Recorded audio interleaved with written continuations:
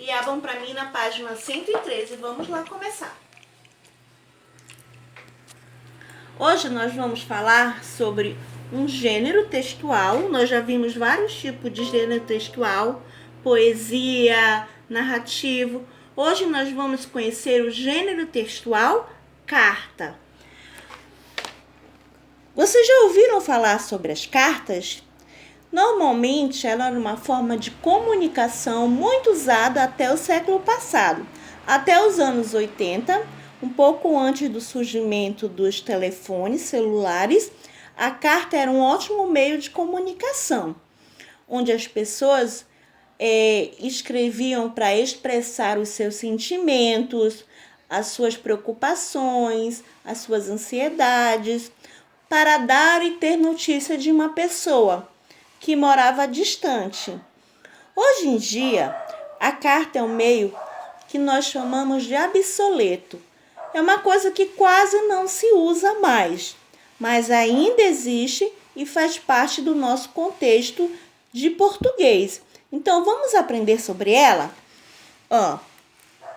Nós temos aqui o gênero textual carta. Mas antes disso, vamos entender por que, por exemplo, nós precisamos estudar uma carta. Vamos conhecer a sua importância. Por que a escrita é importante? A escrita registra o nosso desejo e a necessidade de comunicação e expressão. A vivência de experiência significativa cria necessidade de se expressar, de se comunicar. Então, o ser humano, ele constantemente aprende coisas novas e vivencia as coisas novas. Então, ele quer se comunicar, ele quer contar para o outro, ele quer saber sobre o outro. E dessa maneira, então, surge a carta. Houve uma época em que as cartas eram o único meio de comunicação. Existiam os mensageiros, eles tinham que cavalgar com seus cavalos meses para chegar ao seu destinatário. Eles eram chamados de mensageiros. Hoje em dia, é muito comum nós usarmos, por exemplo, para redigir uma carta, o computador, enviar por e-mail, certo? Ou então o telefone, que tem as suas redes sociais. Hoje em dia nós escrevemos no WhatsApp, no Face, no Twitter, Instagram e tantos outros redes sociais que nós usamos para nos comunicar. Mas naquela época, a carta era um dos principais meios de comunicação. Mas para escrevermos uma carta, você não pode escrever de qualquer jeito. Ela tem uma estrutura, certo? Vamos conhecer a estrutura de uma carta? Bem, para você escrever uma carta, você primeiramente precisa colocar o local e a data. Por exemplo, Manaus, dia 1º de junho de 2020. Vocativo. Mas o que seria o vocativo, tia? O vocativo é o pronome de tratamento. Para quem eu vou escrever aquela carta? Por exemplo, se eu escrevo a carta para um amigo ou alguém muito querido, eu vou escrever querido amigo, ou querido João, ou querido José.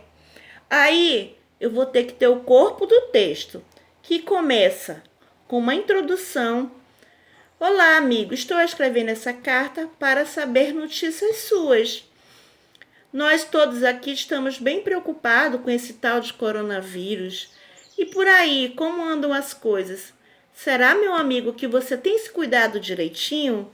Você tem lavado as mãos, usado sempre máscara, seguido todas as regras para essa doença ficar bem longe de você? Por aqui estamos todos bem. Estou com saudades. Não vejo a hora de nós podermos nos reencontrar. E aí a despedida.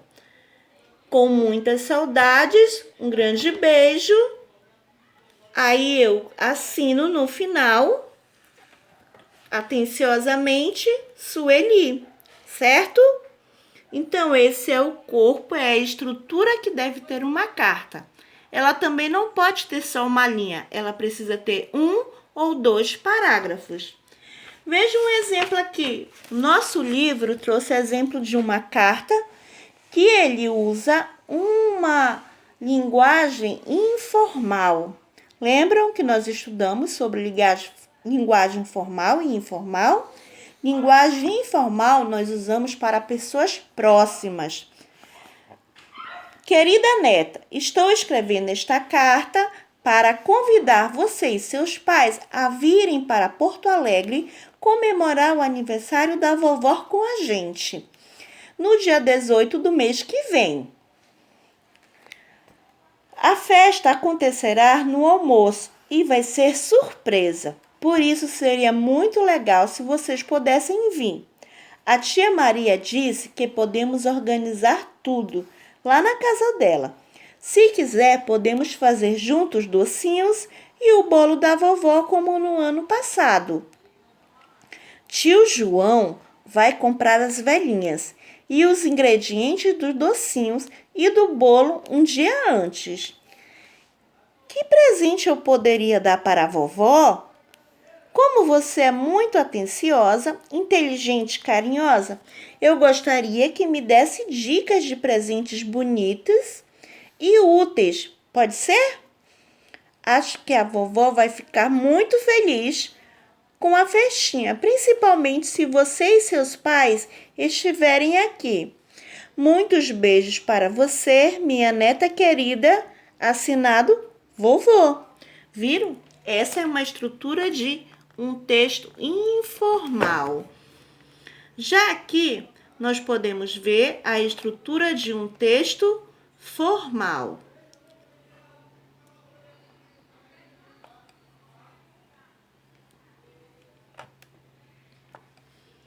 Olha só.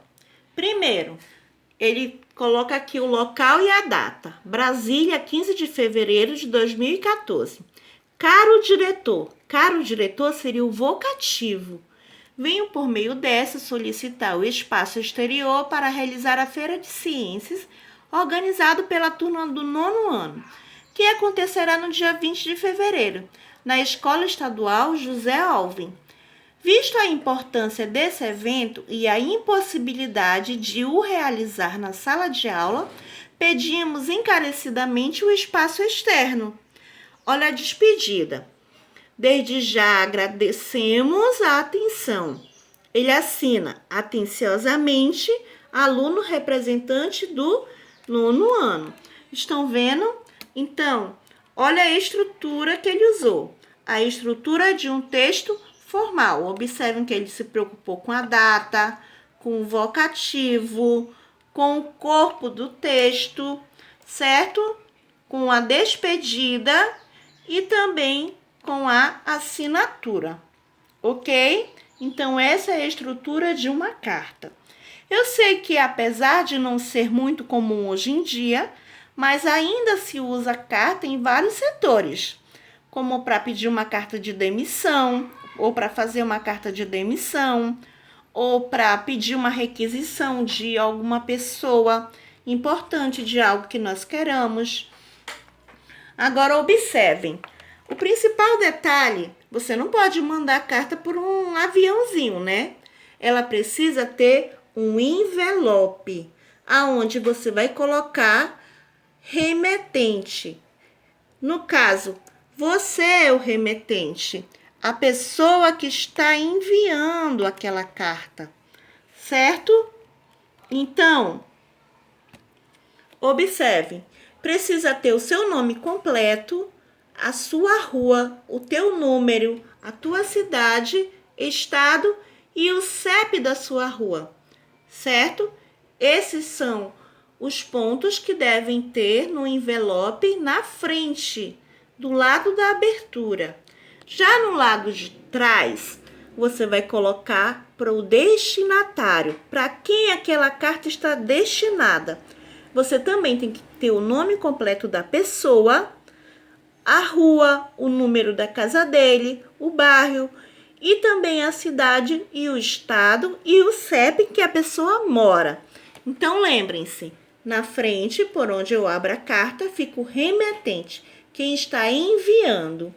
E atrás eu coloco os dados da pessoa a quem a carta está sendo destinada. Por isso o nome destinatário, certo?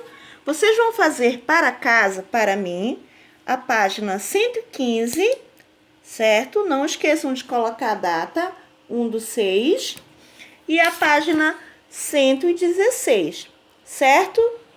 Também, para casa, vocês vão fazer o nosso caderno de atividades de português, na página 44 até a página 46, ok? Essa foi a nossa aulinha de hoje. Eu espero que vocês tenham entendido e a gente se vê amanhã. Um grande beijo e tchau, tchau!